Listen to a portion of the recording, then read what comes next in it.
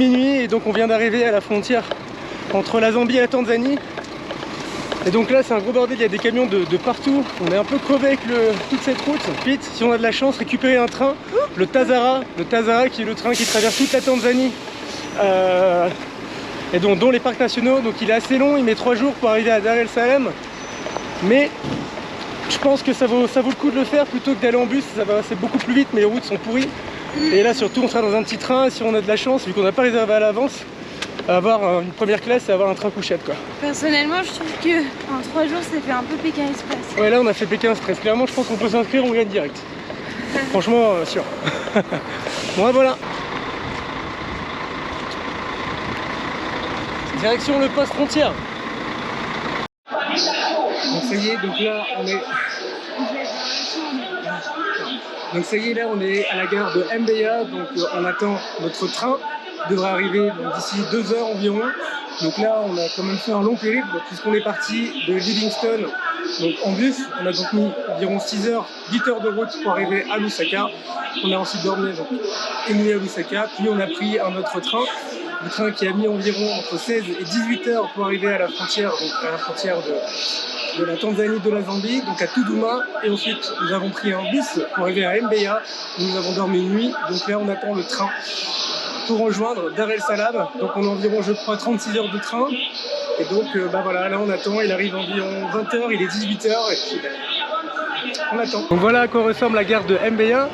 Donc c'est une immense gare et donc c'est là le premier point de départ pour rejoindre Dar el Salam. Donc normalement le train commence à Toudouma, mais en raison du Covid le train n'est pas disponible. Donc là vous pouvez voir qu'il y a énormément de monde derrière moi et donc tout le monde attend le train pour rejoindre la famille pour les fêtes de Noël à Dar el Salam. Le train met environ 36 heures. Donc j'espère que ce sera pas trop long puisque nous n'avons pas eu de place en première classe. Il y avait beaucoup, en fait il fallait réserver à l'avance en fait si vous voulez. Nous on a quand même réservé un jour avant. Malheureusement on a eu qu'un super site, donc c'est l'équivalent, c'est pas la seconde classe, c'est juste après, sachant que vous avez 4 classes.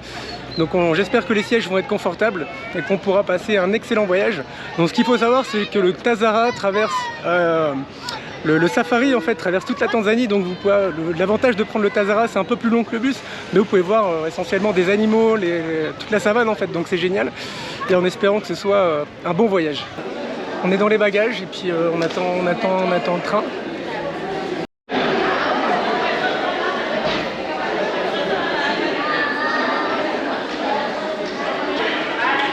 Sac pour rejoindre Chloé. Voilà, pas évident, il y a énormément de monde à cette heure de la journée. Le départ est donc dans 1 heure. Et là vous pouvez voir, petite Chloé. C'est entre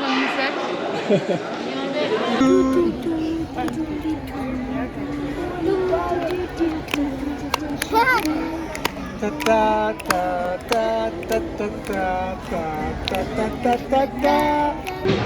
Bienvenue dans le Tazara Train. Il est plus de minuit, donc là on vient de pouvoir négocier et échanger nos places contre une seconde classe. On avait une 3e classe et là on est en seconde classe, donc en fait on est dans un genre de... je vous expliquerai. C'est pas évident, hein. Ça bouge pas mal. Donc je disais, on a pu négocier et échanger notre 3e classe contre une seconde classe, donc en fait on est dans un dortoir, donc c'est pas mixte en fait, hein. Hommes et femmes c'est séparé. Et en fait moi je me retrouve avec plein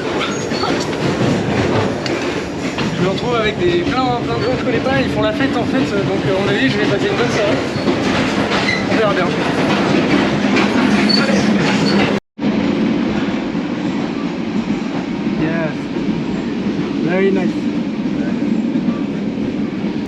Donc là on est dans le train, donc là je suis en seconde classe et donc je suis avec d'autres personnes de Tanzanie. Et donc là je suis tombé avec des gens qui sont tous amis et donc on va boire un coup ce soir apparemment, de l'air super sympa. Et donc c'est parti, voilà où j'ai atterri. My name is Eric. Yeah, my name is Tom. Samsoja. Samson. This is my friend sleeping. Okay? Yeah, okay. Yeah. What's your name? Florian. Florian. Florian. Hey, my friend also called my friend Florians. Yeah. Two friends for Tanzanians. Tanzania. Ok. Yeah. Ok, donc donc là on est en compagnie d'Eric et donc de tous ses potes. Et donc là, on va dormir avec eux ce soir. Donc là, on a commencé à boire un petit peu avec eux. We have drink. Yeah, drink for the Donc, je vais parler en français. Donc ça, c'est un alcool local. C'est Tanzania. Tanzania, Gin. Keva Gin. Keva Gin. Keva Gin. Can you explain where in the camera? Okay.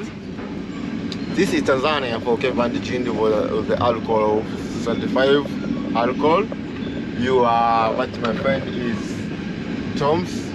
My friend is Lawrence. Yeah. And my friend is Eric. And and you, what's his name? What's the name? Freeman? Fremont. Yes, Fremont. 3 months. 3 months. 3 months. Okay, yeah. Oh, j'ai aussi appris une blague en anglais. good. 3 months. 3 months. Yeah. Oh, ma première blague en We'll go anglais. for Tanzania for train.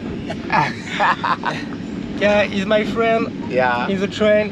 Yeah. Namibian, Tanzanian, Tanzania for Zanzibar. Yeah, to go in Zanzibar. Zanzibar. Yeah. Thank you.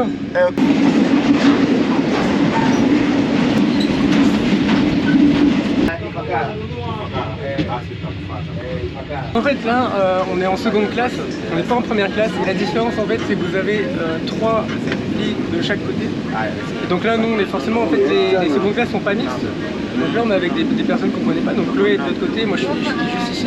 Et la première classe en fait vous avez 1, 2 de chaque côté. Donc voilà, la différence de prix n'est pas énorme, c'est juste que c'est premier arrivé, premier servi, c'est super dur d'avoir de la place. Donc là voilà, là c'est la seconde classe. Et ensuite vous avez les super sites, c'est la 3e classe, et après vous avez même une 4e classe. Donc à la base nous on avait un super site en fait. Pourquoi? Pourtant on avait réservé un jour à l'avance. Mais là c'est les périodes de Noël donc c'est assez compliqué pour avoir de la disponibilité. Donc on avait un super site. Et on a pu en fait voir dans le train, il y avait justement 2 sièges de disponibles. Parce que des gens s'étaient désistés, donc on a pu voilà, prendre un nouveau billet et on n'a pas payé un nouveau billet, en fait on a tout simplement payé la différence.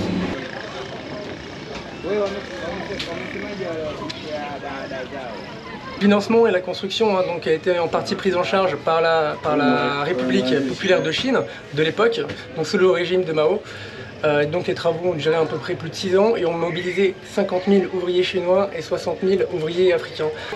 Donc la Tanzanie et la Zambie avaient clairement pour motif de construire la ligne, ce Tanzara. Malheureusement le budget était beaucoup trop important. Ils ont donc fait appel aux pays occidentaux, mais qui ont clairement claqué la porte au nez. Pourquoi? Parce qu'ils ont considéré que le projet n'était pas viable économiquement. Et donc la Tanzanie et la Zambie sont tournés vers la Chine. Et donc la Chine qui a tout bonnement accepté.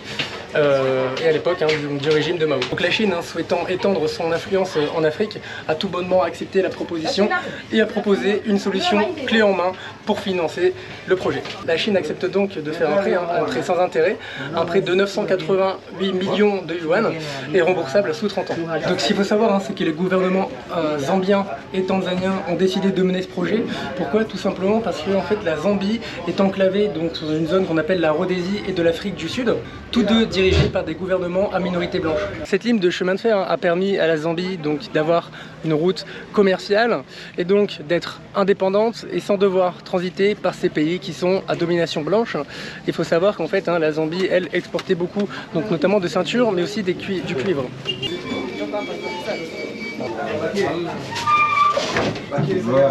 Hi.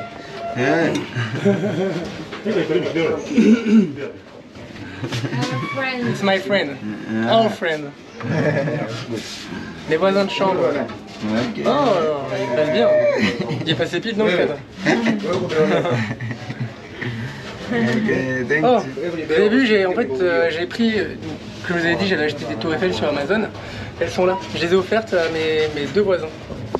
Eiffel Tower. Yes. Regardez ça.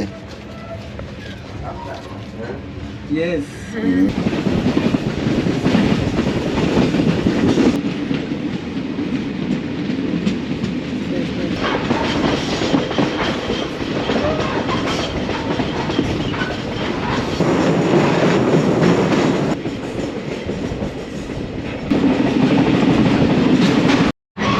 C'est magique, c'est juste magnifique. Là on traverse la savane sous un coucher de soleil merveilleux, c'est juste trop beau. Trop beau.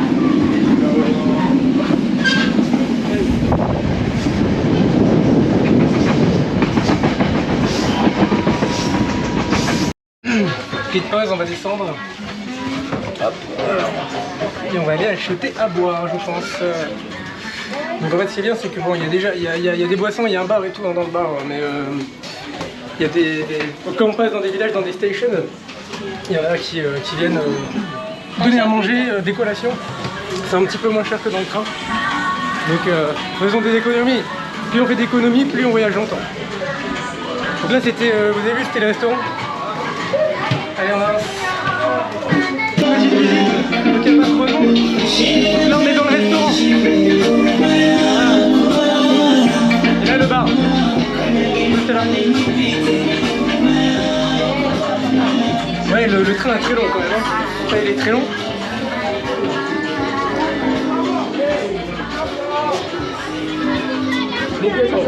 Lot of people. Alors petite remarque, donc là vous voyez le temps est magnifique, mais on descend dans des gares généralement, enfin dans des villages, et en fait le truc c'est qu'il n'y a pas de quai, donc quand vous montez c'est très haut, c'est très très haut. En fait il faut sauter là. Et ouais, donc quand vous montez en fait des fois le train, vous montez dans le train alors que le train se met en route, et donc vous êtes accroché là. Regardez, et là j'ai pied hein. Donc ouais, c'est risqué l'Afrique. Donc là on est dans un beau petit village, et donc là il y a des personnes qui viennent monter dans le train et aussi des villageois qui viennent le réapprovisionner. Donc c'est comme ça qu'on peut voilà, avoir autant de vivres pendant autant de temps.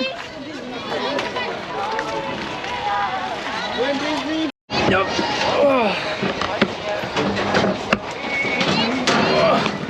Thank you very much. Okay, okay. Hajaondoka.